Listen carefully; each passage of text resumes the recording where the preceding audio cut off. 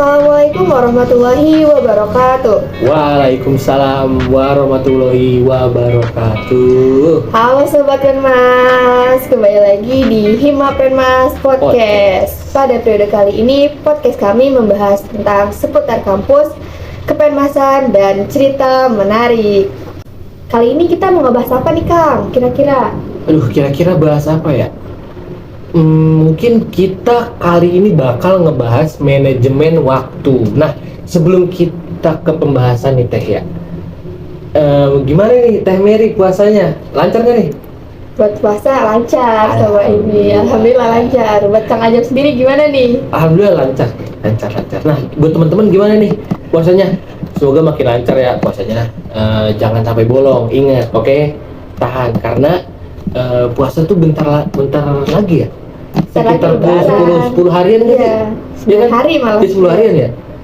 Nah, pokoknya ditahan, oke? Bentar lagi lebaran. Tadi kan udah nanya kabar tentang puasa, gimana kabarnya juga gitu ya kan. Buat kuliahnya gimana nih kabarnya? Lancar gak nih? Alhamdulillahirabbil alamin. Puasanya lancar, terus juga kuliahnya lancar sih.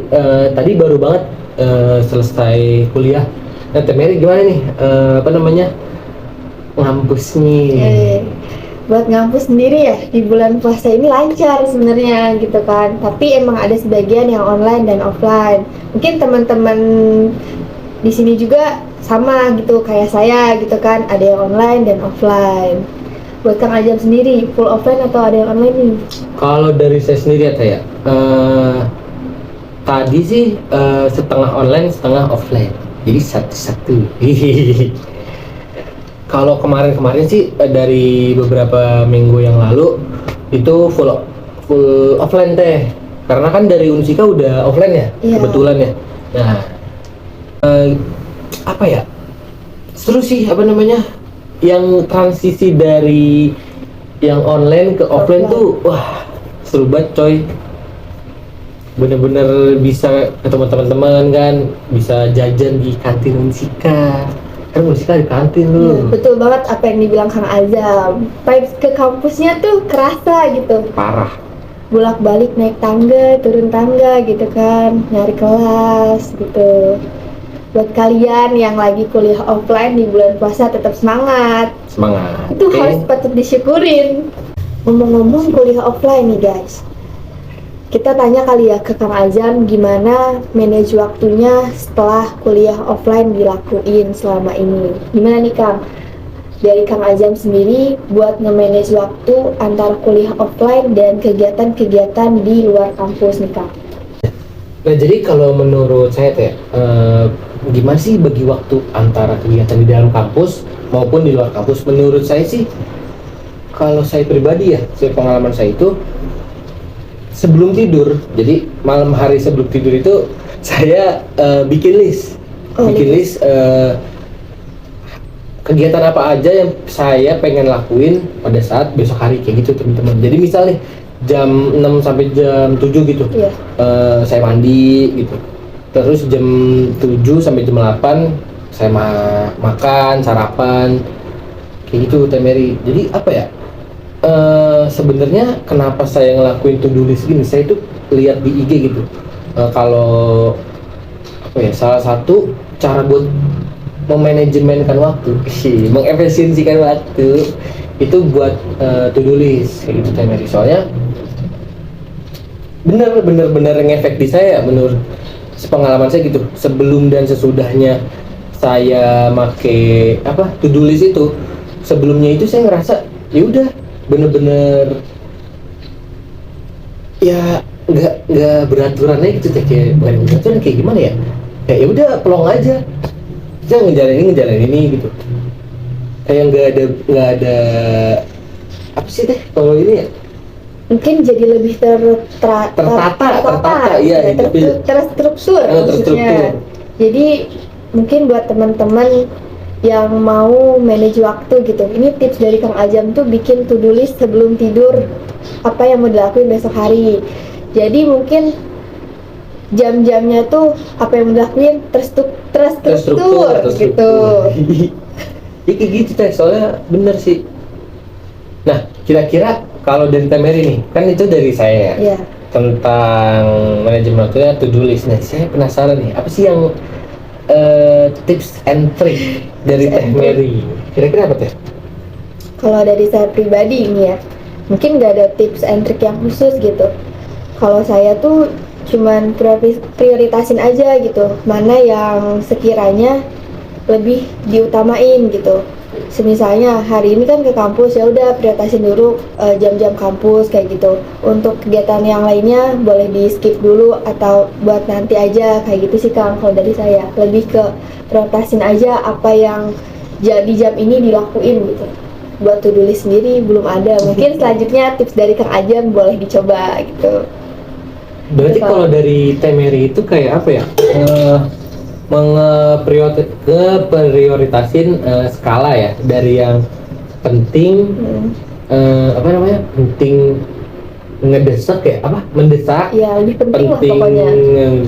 nggak tidak mendesak ya, kayak gitulah, kayak apa ya, kalau bahasa sekarang mah skala prioritas ya. Iya, Bahasa sekarangnya mah iya, skala prioritas gitu. Mungkin buat teman-teman juga, sebenarnya tips dari kita berdua boleh dicoba lah gitu ya.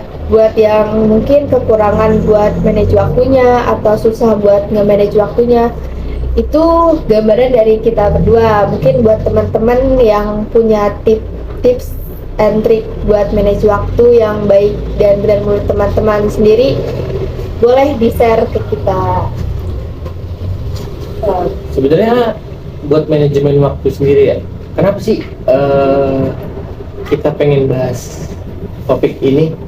Sebenarnya menurut saya itu seru deh, manajemen waktu itu, karena kita bisa memanfaatin waktu dengan sebaik-baiknya gitu. Betul Kang Ajak. Karena kan kalau di surat Al-Asr kan demi masa wal asri, ya kan? Ya betul, apa yang dibilang sama Kang Ajam gitu ya. Buat teman-teman yang mungkin beragama Muslim gitu, kita juga udah diajarkan di dalam Al-Quran gitu, yang tadi disebutkan oleh Kang Ajam tentang waktu gitu ya. Selain itu Kang, sebenarnya manage waktu ini bermanfaat gitu. Kayak contohnya, ketika kita udah manage waktu yang baik nih, kita ngurangin efek dari stres gitu. Stres yang kayak, aduh gue pusing nih, gue ngerjain ini itu gitu. Sebenarnya to-do list dari Bang Ajam ini, dari Kang Ajam ini bisa dipakai gitu buat kalian yang apa ya, yang biasanya kayak keteteran kayak gitu, itu bisa dicontoh gitu to-do list itu gitu Kang. Tadi kan kita ngomongin manajemen waktu ya, terus juga tips and trick dari saya sama Teh Mary. Apa sih Teh yang dari Teh Mary alamin gitu ketika dari Teh Mary sendiri menggunakan nerapin manajemen waktu ini gitu? Apa sih hal yang didapat gitu sebelum dan sesudahnya? Saya pengen tahu sih. Sebelum dan sesudahnya ya. Mungkin tadi yang saya bilang ya, ngurangin tingkat stres gitu. Jadi ketika teman-teman udah nge-manage waktu yang baik gitu, udah ngeprioritasin apa yang mau dilakuin, terus udah ngelakuin sama kayak tadi Kang Azam bilang ya, yang to-do list itu, mungkin tingkat stresnya tuh berkurang gitu. Kayak pekerjaan yang mau kita kerjain udah terstruktur gitu dengan baik. Jadi kita ngerjainnya tuh ngerasa plong gitu, udah aman nih, kayak oh gue pekerjaan ini udah selesai, ngerasanya kayak udah gak ada beban pikiran gitu kan. Jadi kalau saya tuh lebih ke gak pusing-pusing amat lah untuk mikirin apa yang mau dikerjain selanjutnya. Jadi pekerjaan yang mau kita kerjain tuh berasa berkurang dan bebannya tuh berkurang juga kan. Gitu Kalau saya ini, kalau saya tuh apa ya, kalau sebelum dan sudah gitu saya menerapkan manajemen waktu ya, lebih ke ini sih, saya punya waktu luangnya itu lebih banyak. Oh iya, bener banget nih teman-teman. Soalnya gini, sebelum saya make gitu ya, sebelum saya nerapin dari manajemen waktu yang to-do list gitu, ya saya ngerasa kok hidup gini-gini amat. Jadi waktu luangnya itu buat sama teman-teman saya kadang hampir nggak ada gitu. Kayak gitu teh. Soalnya kalau kita bisa ngemanfaatin waktu lebih baik ya. Kita bisa ya contohnya main sama temen gitu ya, terus nongkrong sama temen, terus nongkrong sama pacar kan bisa ya. Kalau buat sekarang mah quality time-nya, quality time. Ya kalau terus ya, kita bahasa gaulnya mah kalau quality time. Coy. Ya. Kita enak lah, kita bisa makan enak, bisa ke restoran ya. Terus juga apa namanya? Kita bisa apa namanya? Liburan. Kalau bahasa sekarang vacation. Healing sama keluarga kan bisa lebih lama kan. Gitu sih. Kalau menurut Emery apa nih teh? Kan saya udah nih. Iya. Dari Kang Ajam sendiri lebih ke waktu luangnya lebih banyak ya. Mungkin dari saya tadi kan ngurangin tingkat stres. Selanjutnya ada ini, tingkatin produktivitas gitu ke hal-hal yang lebih positif kayak gitu. Jadi sebenarnya manajemen waktu ini baik gitu, karena kegiatan yang kita lakuin tuh sangat produktif gitu, tertata dengan baik gitu Kang. Apa yang mau kita kerjain di jam ini, apa yang mau kita kerjain di hari ini, itu udah ada jamnya sendiri gitu. Itu yang membuat manajemen waktu itu lebih produktif Kang. Nah itu dari saya. Mungkin dari Kang Azam ada lagi gak sih manfaat yang mungkin tahu nih buat teman-teman yang sekiranya belum manage waktu gitu, bisa dilakuin lah, ini manfaatnya yang kita sampaikan gitu. Kalau dari saya ada manfaatnya, ada 5 perkaranya. Nah, kan kalau saya dengar ya, Ustaz saya tuh pernah ngomong gini.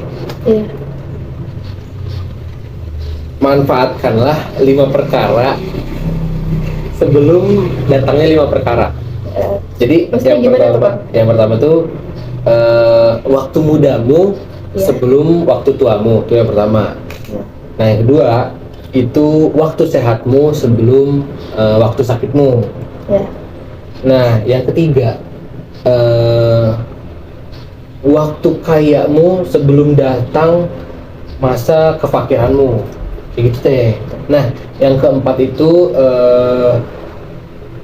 masa luangmu sebelum masa sibukmu. Nah yang terakhir nih sebelum datangnya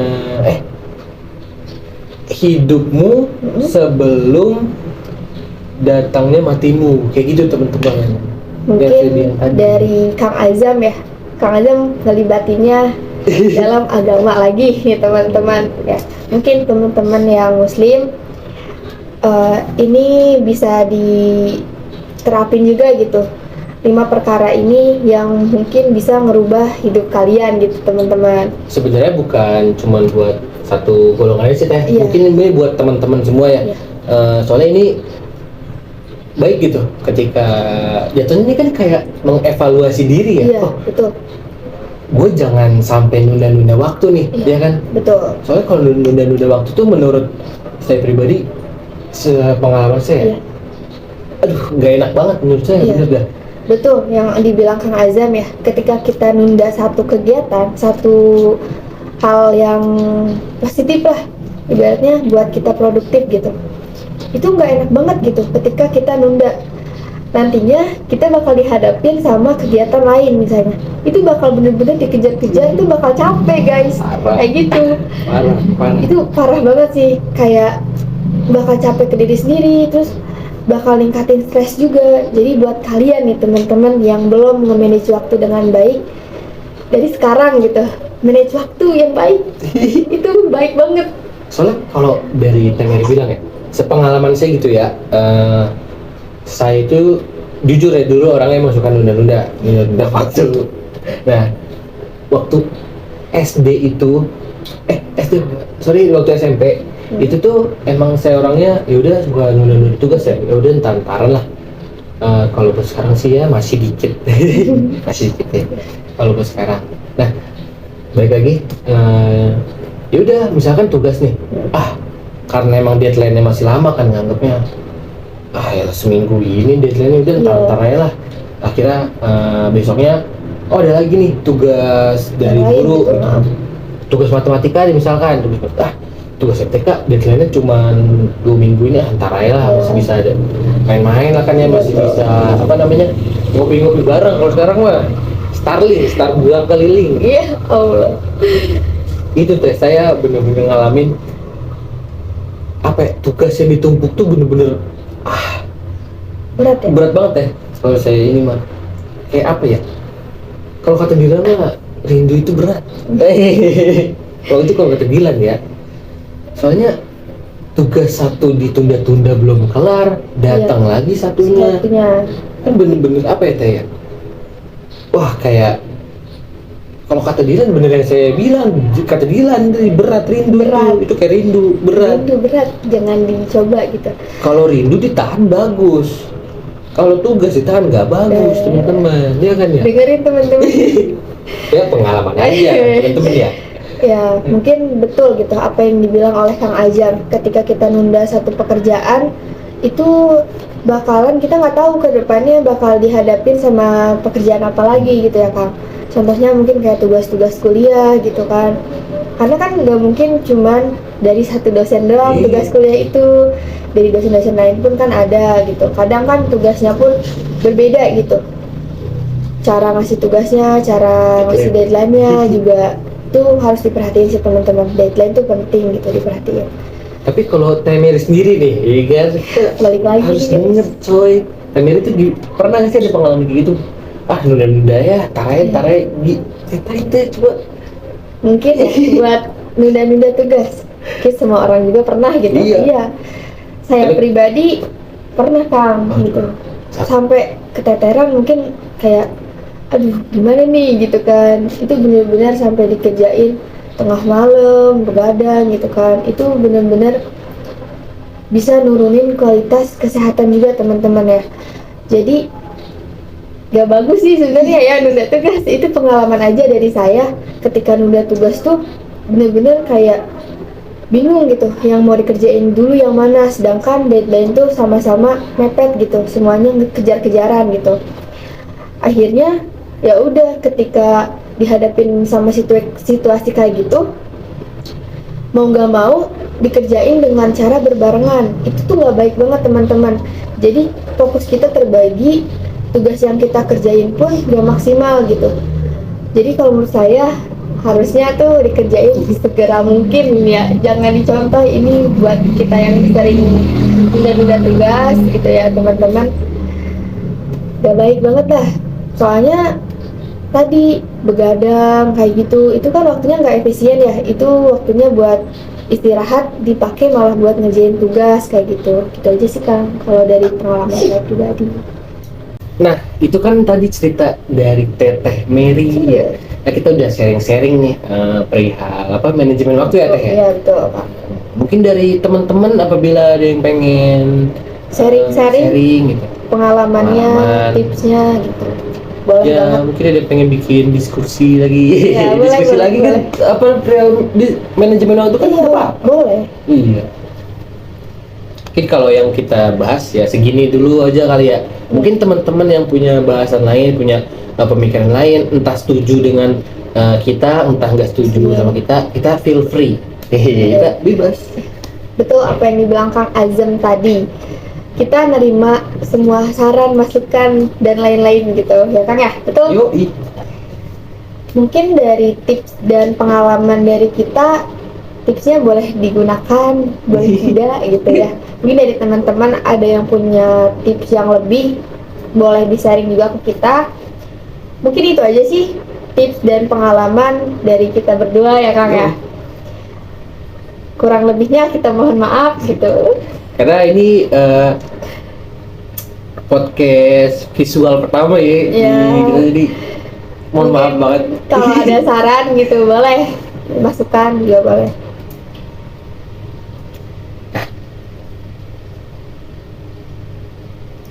Pause dulu. Cut aja. Mungkin itu aja buat teman-teman semuanya. Jangan lupa jaga kesehatan, tetap semangat. Dari kita, mohon maaf dulu kali ya atas segala kekurangannya. Karena bentar lagi mau lebaran. Minal aidin wal faizin buat semuanya. Mohon maaf lahir dan batin. Tuh. Terima kasih. Terima kasih banyak yang sudah mendengarkan Hima Permas Podcast. Kembali lagi di Hima Permas Podcast selanjutnya mengenai pembahasan yang lebih menarik. Ditunggu saran dan kritikannya teman-teman. Dadah, sampai jumpa kembali.